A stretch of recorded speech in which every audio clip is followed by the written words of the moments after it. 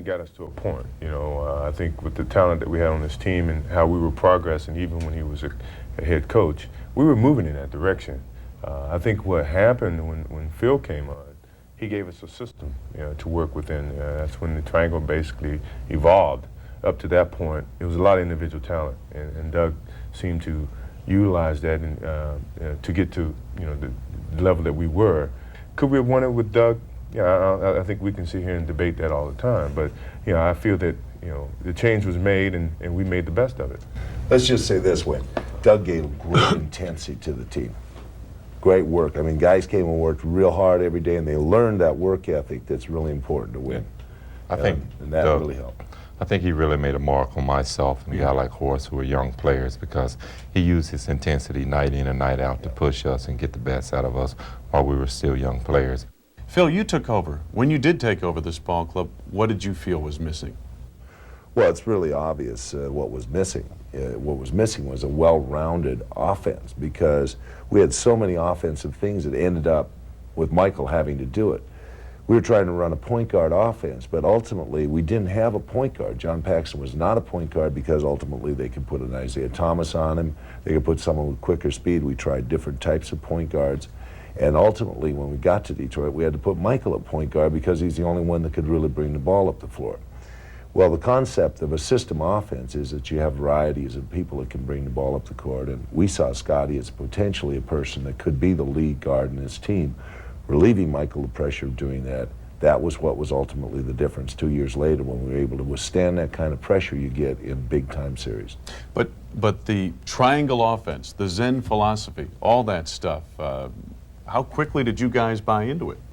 It took a while. It took at least 3 years before we fully understood the system. And Phil was very patient, as well as Tex, who implemented it all together and came up with the concept. And it just took some time for us to connect and understand that, each other as a team and act instinctively instead of always knowing exactly a certain play. Systematically, we started to read each other and made it tougher for defense to try to defend. Let me ask you about the last time you played the Pistons. It was your third year in a row.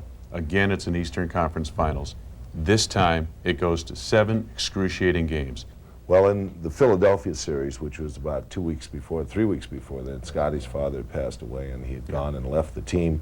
We'd had to rally around a big game on Mother's Day, but he came back for the Tuesday game in that series, and we got around Scottie because, he had been apart from us for about 4 or 5 days, gone through a traumatic thing.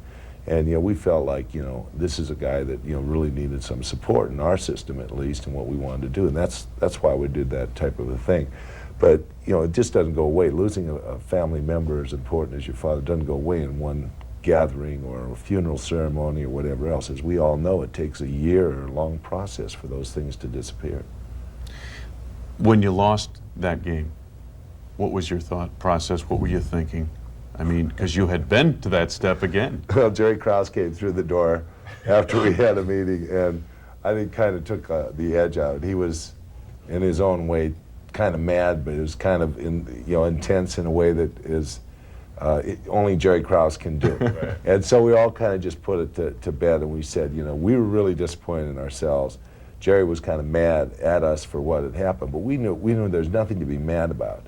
We just weren't grown up enough to go through that series against a team that had been through, an Eastern Finals, 2 championships, World Championships, and they were still a little bit better than us in the subtleties and the intensity of the game. We weren't quite mature enough.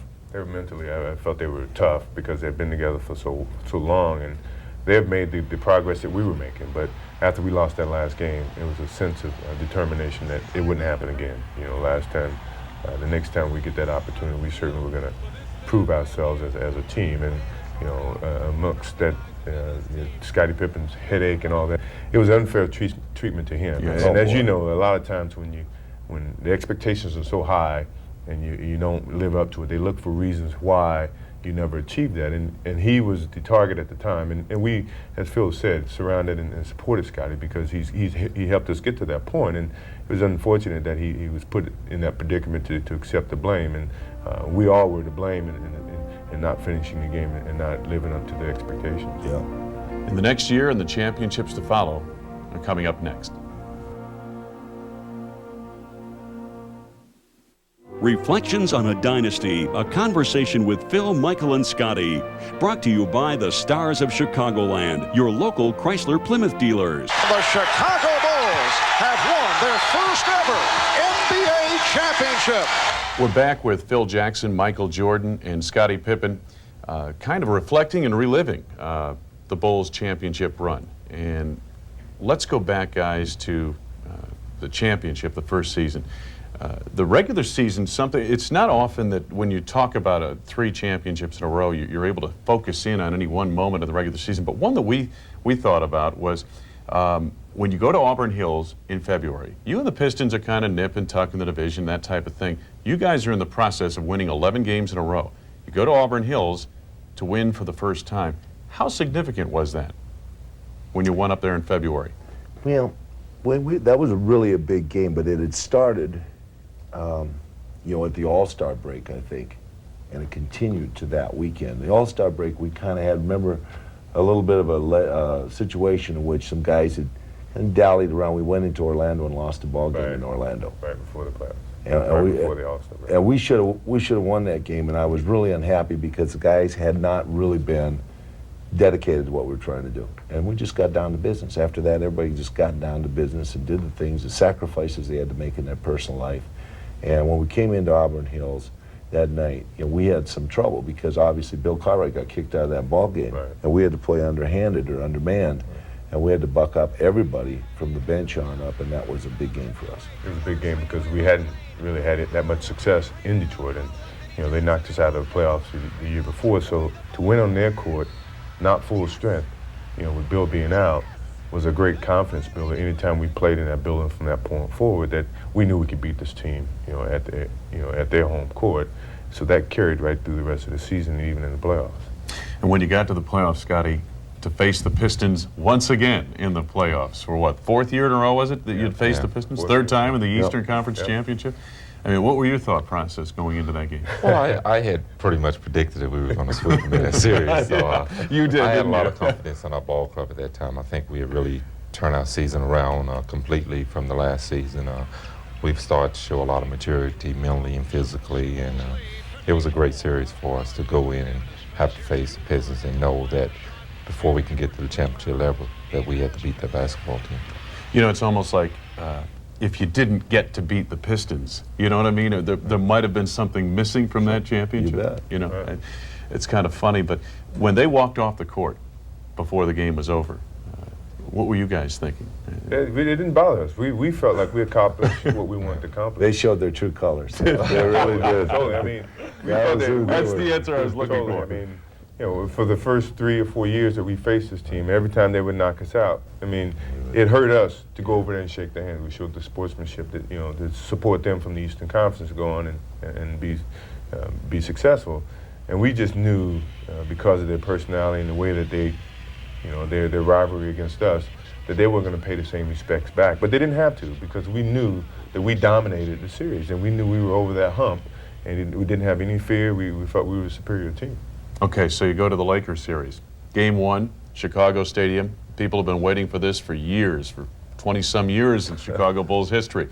Sam Perkins hits a three-pointer at the end, and you're down 1-0, and you're about to join the '69 Cubs. What were you thinking then? We were very nervous, first of all. It's the first time we made it to a final, and everyone was saying, well, you have to go to a final the first time to lose, so you know how to win it the second time. And I guess when we had an opportunity to win the ball game in the first game, even though we didn't play our best basketball, we took a moral victory from that. And from that point forward, we felt we were better as a team, more mature as a team, and ready to accept the challenge. And I think we went back to the drawing board more or less and drew up our strategies and stuck right to it, and we never really had a problem after that.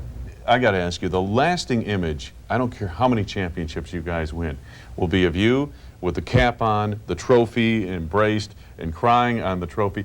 Can you give us your thoughts? What were you thinking then? What was that all about? It was an unbelievable feeling. I've been here at the time, I was here for 8 years almost, and the saying was the Chicago Bulls would never win with the scoring leader. Michael Jordan scored too many points, and that there's no way that they would be able to win. And it was gratifying to see that all the so-called perfect critics who knew the game were totally wrong about me as a basketball player being able to adjust to a certain system, and yet still as a team we can evolve and become a championship team in the city of Chicago. So I mean, all those frustrations and those expectations that the fans or that the sports writers had about me as a person and about this organization was put to rest, and that was a gratifying feeling. When, you know, in that game in the fourth quarter, they started to focus on Michael and the defense, and I said, Michael, just find Pax. He's gonna. They're all attacking you, and everything, you know, about Michael is that, you know, he takes a challenge and he rises to a challenge.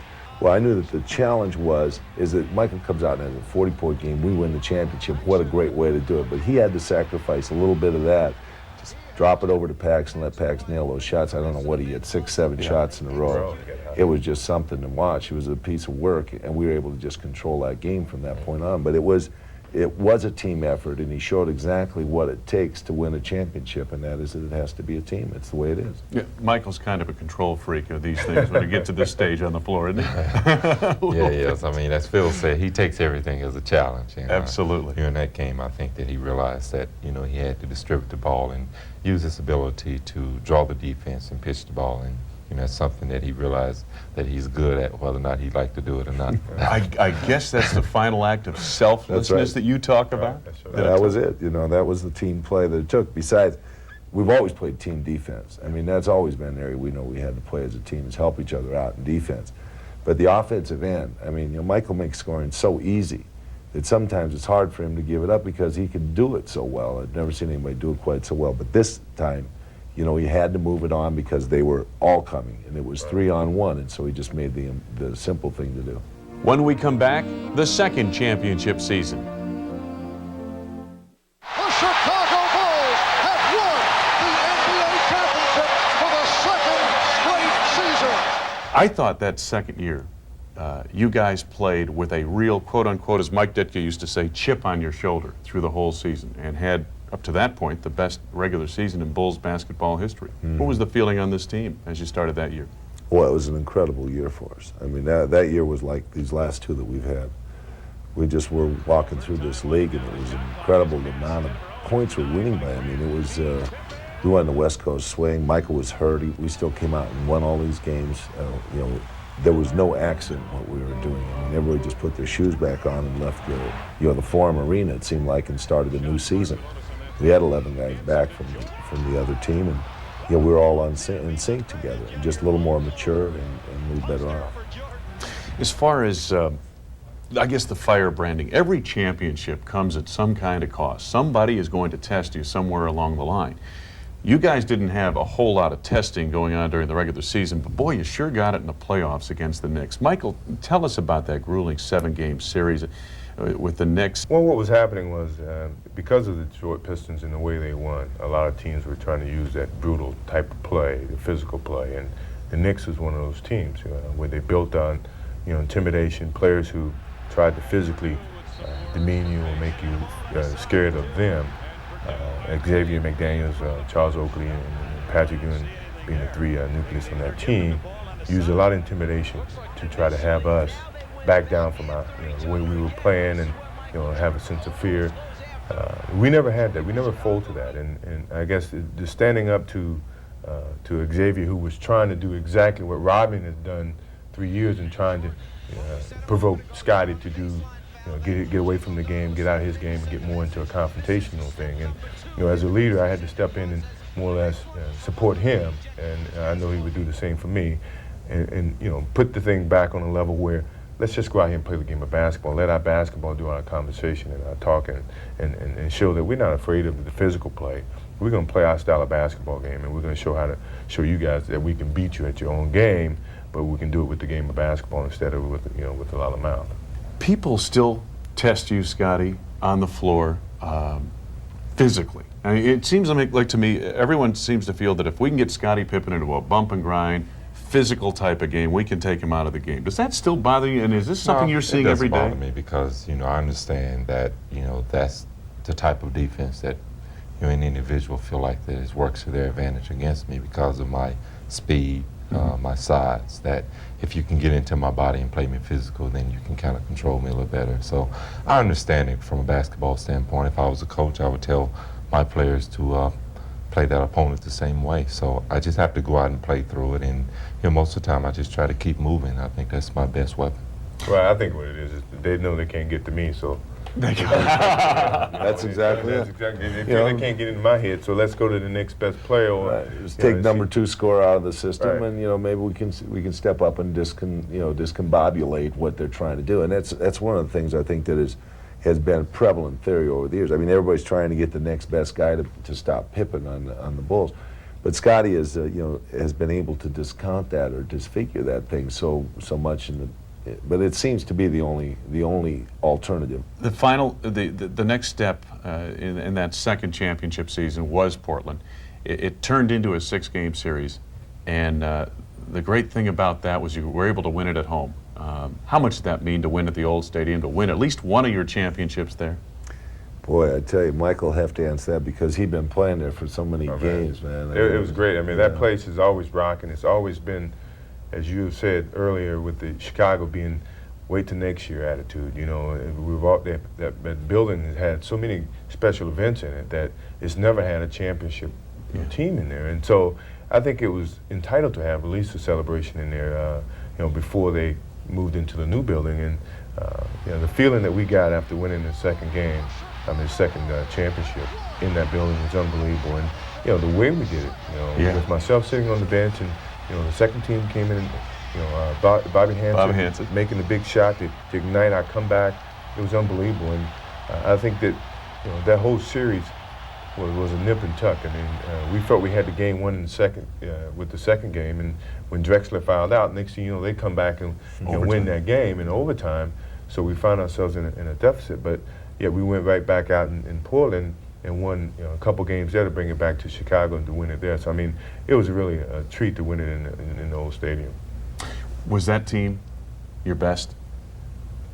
Was that the best team you played on? It was the deepest. I think it's from 1 to 12. Yeah, we really had a lot of depth on that team. Yeah, I felt the rhythm that team had, being together for so long. I mean, we could always find a way to win just by riding someone else's coattail. And I think from 1 to 12, as Phil said, it was always connected. I mean, I think that was the difference of that ball club. I mean, I'm pretty sure you can look at our team right now, and we're more talented as individuals, but in terms of being as connected and being together and learning the system and letting the system work, that was the best team, I think. Is that your take on it, Scottie? Yeah, I feel the same way. I think that at that time, the talent-wise, we were a great team. I mean, we were young, we were energetic, and to look at us now, we feel like that back then we were at our prime. When we resume, the Bulls go for 3 in a row. 3 straight NBA championships. A 3-point shot by John Paxson, the game winner. So you win it 2 years in a row. Now you go for the three-peat. Hasn't been done since the Celtics of the 60s. How much of a motivation at the start of the season, Phil, was that target? Well, that was tremendously a motivation. We knew we were going to go out there and win another championship. So much so that these guys are reassuring me during the course of the year that, hey, it'll be okay. Because it was no smooth sailing, was it? All right. We weren't winning big. We weren't winning a lot of games. I mean, we won a 57. The Knicks replaced us in first place in the East, or in the Eastern Conference. We still knew that we intrinsically knew how to win, even though the Knicks were a better team than they were the year before. They were a lot better team, and they'd made a run at us from that department. Let me ask you guys, Michael and Scottie, it seemed to me from being around that team that it was a very trying season. It was a grind. I think it was just human nature in some respects. Sure. I mean, when you try to do things repeatedly, I mean, you lose a certain edge, then you have a lot more of the ego and the personalities coming into play, and I think it was trying because of that fact that we were successful, and we all wanted that success individually, but yet we had to realize that success came because of the collective effort that we put on the basketball court. And it was some contract years for other people, and it just started to divide because it wasn't, as the previous years, how connected and how collective we thought. And it was just human nature. I mean, just so that you had those problems, those challenges of trying to maintain that unity, and somehow we did. We fought against human nature in certain ways, and went out on the basketball court and stayed connected. Off the court, it was a little bit different, but on the court, we was always connected. We're glad it got to be the playoffs. That year, the season was long, but when the playoffs came, we were happy the playoffs were there, so we get down to business and everybody do what they had to do best. Right. You get into the series with Phoenix, and you win the first 2 games in the desert. It's going out. It's going out there. 2 games to none. But it's going out there. When we get on the plane to go out there, Michael goes up and down the plane and tells the guys that we're going to go out there and beat them on their own court. Right. And That's going out for game 1. Yeah, that's starting the series. We've been watching this team trounce everybody in their brand new building that year. It just got Barkley, and it seemed to be, right where they wanted to be, have an opportunity to win the first championship because of the trade of getting Barkley out there. I just knew we were a better team, so I think we needed to push mentally to go out there and believe that we could win on their home court. I mean, that's the toughest thing, and that's the most challenging thing, is to go on the road and win. And we had to believe that. It's just us against the rest of the people in that building. And so, right from day one, I always felt we could win. It's just a matter of going out there and believing in ourselves. All right, but then you get on the plane with a huge stogie. Now tell us that story. Well, I get on the plane. I felt that the morale was down because when we left Phoenix after being 2 up, no one wanted to go back to Phoenix. And from Horace to ourselves, we wanted to end this thing in Chicago because it was a great celebration the year before in Chicago Stadium if we won it in Chicago. So the city started preparing. So when we lost Game 5, it was the morale was so low because here they had the advantage again. We had our opportunity to win it here in Chicago.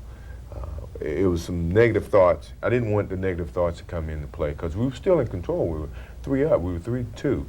So when I got on the plane with the cigar, I'm saying, everyone's wondering, well, what is he doing? We got a big game, coming up. But what I was trying to do was instill the confidence that, hey, we can win on this road. We've proven that we can win in their building. So why not go in with the confidence that, hey, this is going to end. I got one suit packed. We're going to win 1 game. We're going to celebrate and come back home. So the confidence, I wanted to give that confidence so everyone to feed off of it, and we can go out there and do our jobs. And you won. And you got it done in Game 6. And I remember being in the locker room, and the feeling I got from you guys was one more of relief than exaltation. Tell us, where were you coming from? Well, I think, the season had been so long. I mean, to win 3 championships, you don't know the amount of basketball, the amount of time you spent on the practice court. Coming from the Olympics. Olympics, I mean, it was such a long season, and we were just physically drained, mentally drained, and to be able to win it and, to feel like that we had put ourselves in a position among any other NBA teams, it was great for us. Now, Coach, you didn't draw that 3-point play up on the board, right? That kind of happened out of desperation. Actually, that was a sequence of which we wanted to run. We wanted to run that kind of sequence. The ball was going to go the way it was going to go, but it was just that Horace was wide open. Right. And they had made the a first jump. option was to come off, Blind pick. Blind pick. If I was open, to give it to me driving to the hole. Right. Well, in that play, as I was going to the hole, I brought a lot of attention because I just scored a layup. Horace was wide open, so when he threw it to Horace, Horace had the notion that he hadn't made any free throws. He didn't want to get fouled, so it was like a toss back, right back to Paxson. So, which is great ingenuity. I mean, he had that feeling that it was a better shot here, and Pax went for the win. I mean, that's the gutsiness that Paxson always had, and he had the confidence that he can make a game-winning shot. When he went up for the shot, it was no doubt in my mind that he was going to make that shot. It was just a matter of being there for rebounds if you missed it, and then defensively they put the pressure back on them. But the play really was designed pretty much. You started with the ball, right? Yeah. Well, no, I think BJ entered inbound to Michael. I stepped up the middle of the free throw line and caught the ball, and I think my man kind of Jumped dived at my for the ball. Jumped at me as I went and I back. turned and went, and I found Horace. I don't think myself or Horace wanted the ball at that time. So, as Michael said, it really was a toss back from me to Horace and out to Pax, and he finished it with a great shot. Just like you drew it up. Well, that's a concept that we like to have. Yeah. Think about it as a A lot of team. different options. That's right. That's part of what your base offense is all about, right? Yeah. We will be back. The next turn in the Bulls' fortunes was totally unexpected by those outside the club. Reflections on a Dynasty, a conversation with Phil, Michael, and Scottie. Brought to you by the Stars of Chicagoland, your local Chrysler Plymouth dealers. It's time for me to move away from the game of basketball. October 8th, 1993. I guess that's a day that would live in basketball infamy. You still remember the date, Michael? Oh, yeah, I definitely remember it. And, I remember the emotions and the moment and talking with Phil and, talking to the players who came up and we had a great conversation. Tony Kukoc, who I've never met at the time, came into this room, and when he broke down in tears, that really softened what I was actually about to do, because here this guy was showing emotions and he never had the opportunity to play with me, and I felt guilty that I was taking that opportunity away from him. But at the time, mentally, I wasn't really where I wanted to be, and I needed a break. And my father just passed.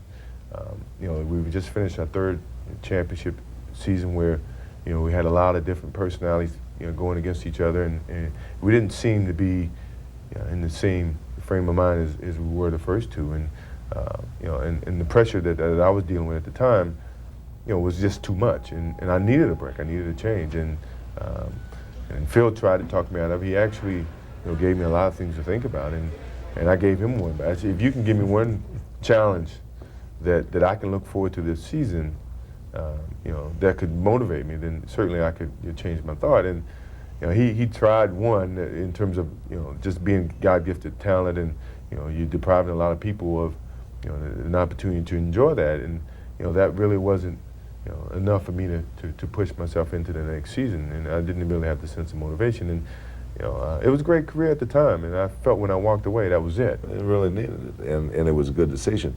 But it cost the White Sox. We went in morning that day, and the White Sox recovered in the playoffs. Oh, I know it. Yeah, they were in the middle of that playoff series when that announcement was made. Yeah. What did you tell your club, Phil, when you went back upstairs? Because we were all here for that announcement, and then you went back upstairs to a club that was odds-on favorite an hour earlier to win another NBA championship, and now, I mean, you could count the number of games you'd won on one hand without Michael in the lineup over the previous years. Yeah. Well, I actually went to the board, and I wrote on the board what the odd changes were in Vegas. And I can't even remember what it was. It was like 2 to 1 to 20 to 1? Yeah, something like that. Yeah. It went dramatically the opposite direction. And I said, I thought it was a great challenge, an opportunity for our ball club to play together as a team and show that we were 9 members of a championship team that were coming back again to try and win this thing. And even though Michael had been the most valuable player on this team, I thought that we had a great shot to be a team that could really show our mettle and defend our championship. Scottie, you stepped into a part of the void, Michael's void, that had nothing to do with on court, but had everything to do with off court. You went from the little brother to the big brother. Now you were in charge. Can you kind of explain your feelings and thoughts and your relationship with Michael? Well, I tried to give the basketball team what Phil wanted us to have when Michael was there. He didn't really want that one guy taking all the shots. He wanted the ball to be moved. He wanted his system to work. And that's what I tried to provide for our ball club. I didn't want to be out there and be put in a position where I had to be the guy taking all the shots and shooting a poor percentage, but still trying to create for the team. I wanted to see if our system could work. I felt like it had worked for us in the previous championship games, and I had to be the guy to get everybody to believe in it. How about off the court? Every night, standing up there, all the microphones, all the... It was tough. I really enjoyed the opportunity of playing with Michael and having him there. And when I wanted to deal with the media, I deal with it. And when I didn't, I could sneak out. It was never brought up. But after Michael left, it was kind of another job that was kind of pinned on me. Phil, tell us a little bit from your perspective, that season as it unfolded. Well, the real thing that was a change in our years, we started out without Scottie on the team. He'd had an operation. We were just kind of muddling along, and then we came home from the West swing week on, I don't know whether we were like 3-7 or 4-7 or something like that. About a month into the season, Scottie came back the first game we got back home, and bang, off we went. Did you play Phoenix? Yeah, we played Phoenix. And blew him out, didn't you? Blew him out. He had a 35-point game, and, Right. and all of a sudden our season just took off, and we were fine. And Scottie was back, and he was live, and he was physically healthy, and it really, everything kind of fell into place from there on out. You ran into the Knicks in the playoffs, Mhm. and An interesting, to say the least, grueling series, wasn't it? We started out in New York by leading them Yeah. for 3.5 quarters in the first game, in which at the end of the game, they took a kind of a wild shot with a 1-point lead. It came off the front lip and fell right in their hands, and so they got the ball back, and we ended up losing a game we probably should have won. And that was a tremendous, that pressure all seemed to come to a head there. Yeah, it did. I mean, your whole season, not just that series, not just that game, it did. the It was whole a lot season. brought up about it. I think I had a couple of technicals, the incident off the court about a gun situation I think happened that season, but it was. I mean, it was a lot of pressure upon myself, having to be the leader of the ball club at that time and having to step up, having a lot of attention drawn to me and pretty much being monitored on whatever I do. And then the call in Game 5. How do you come, and Michael, from where you were sitting, Hey, I was watching it all. you were watching it all. Oh, yeah, I was Did you very- keep in touch with all this? Yeah, I watched a lot of it. I was very proud with the way they responded after what happened in the previous summer, and Scottie's game has evolved to where he deserves some of the light. I mean, for years that I was there, he never really got the focus that he deserved. I mean, he was a key catalyst to our success, and now, he was getting the recognition that he truly deserved. But at the same time, he was the focus, and people were putting undue pressure on him off the court as well as on the court. And I felt it was a great learning experience for him to see exactly what I had to deal with for so many years. And I think it made him a better basketball player and a better person just to go through that. And at the end of the New York game, to end that series or that game the way they ended was not something that they would rightfully do. I mean, they put up a great effort all season long, and for it to come at a judgmental call at the end of the season like that was very, very hard for me to deal with. I'm sitting in the dugout watching the game, and I couldn't believe how they're taken away from us. And I was looking at the league. You used the word us. Yeah, because I always felt that I was a part of the team. I was still supporting them no matter where I was. When we return to glory for the Bulls after these messages.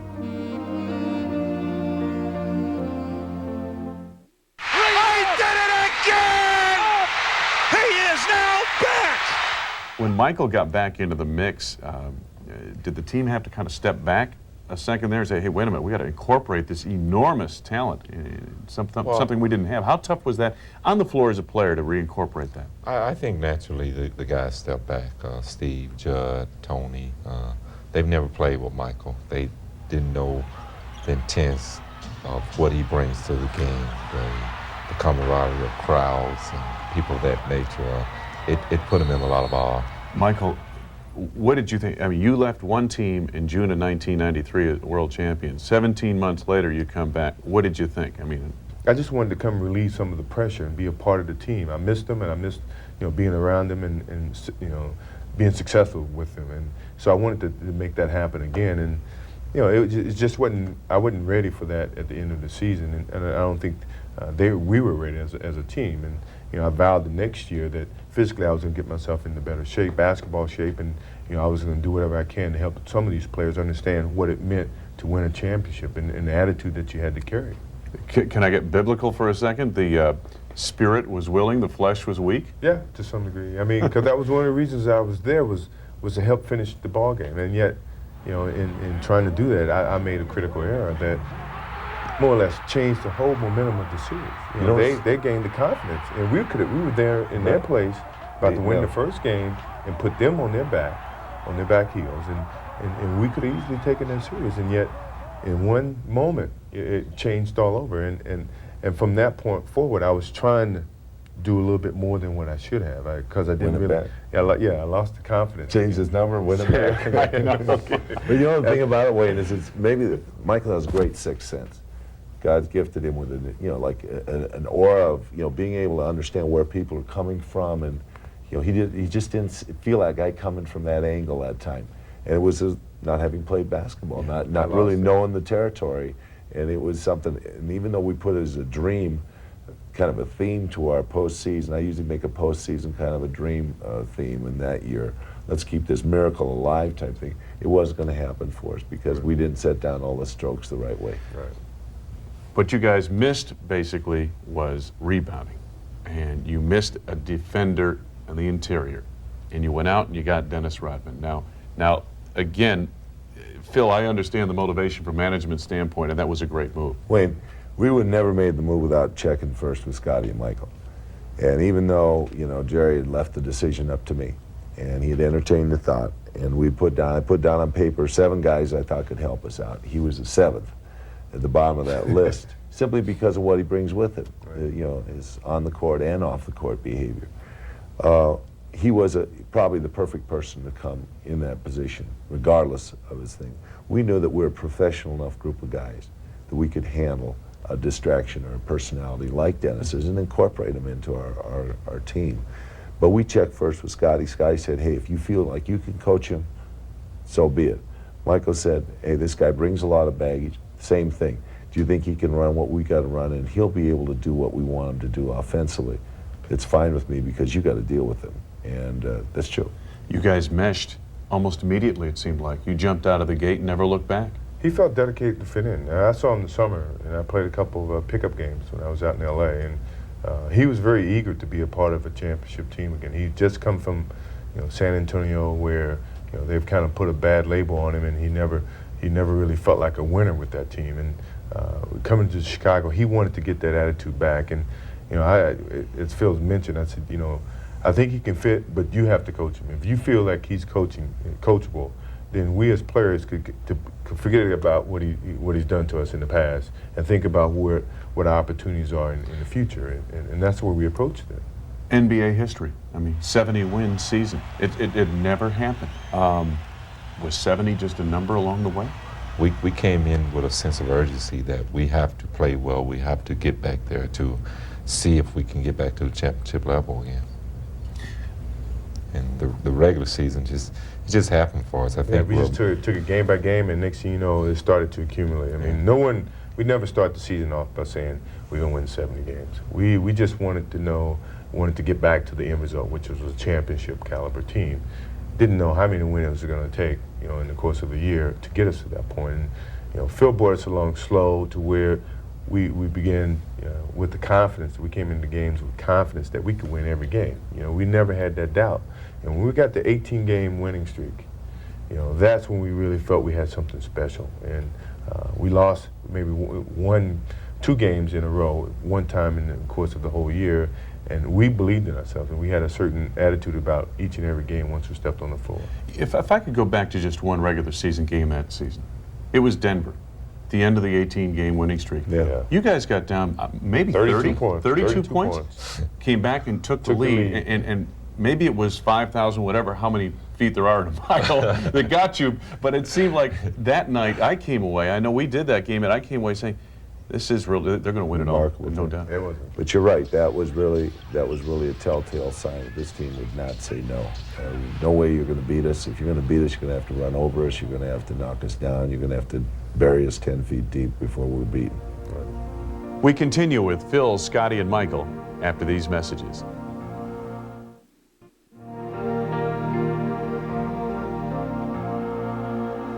This is a very public achievement, Phil. I mean, when you're out riding your motorcycle or up in Montana in the cabin or whatever, I mean, do you ever sit back and reflect on it, and how do you think about it and remember it? Well, it's not something I believe you reflect on. I think that you go through each day just looking for your next challenge, or, you know, the next thing that's coming along. If you're going back and you're going to look back at all the things that have happened behind you, you're not going to have time to be ready for what's coming down the road at you.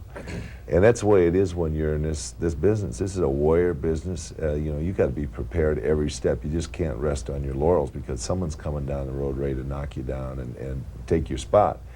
And so, you know, maybe when I'm 70, these guys are 50.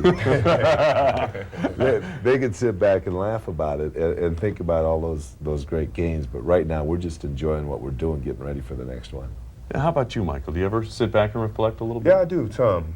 I mean, you must have during retirement especially. Yeah, I think it's very special to have achieved what we have achieved at the evolving of where basketball's come and the talent that's come into the league and how much the game's progressed since the Celtic days.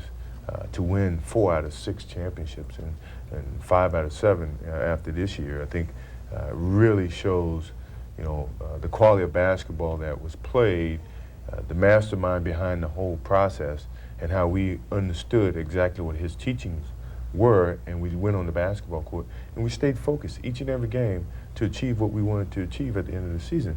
I mean, that is unbelievable to do at this day and time, the way the game has evolved, and I truly believe that's something that's going to be specially remembered when we step away from the game. Scottie, do you ever look back? I don't. As Phil said, I think you're too busy trying to see what's ahead for you, and I think that we've done something special in the game, and growing up as a kid and watching those Celtics and the Lakers and teams that were great back in those days.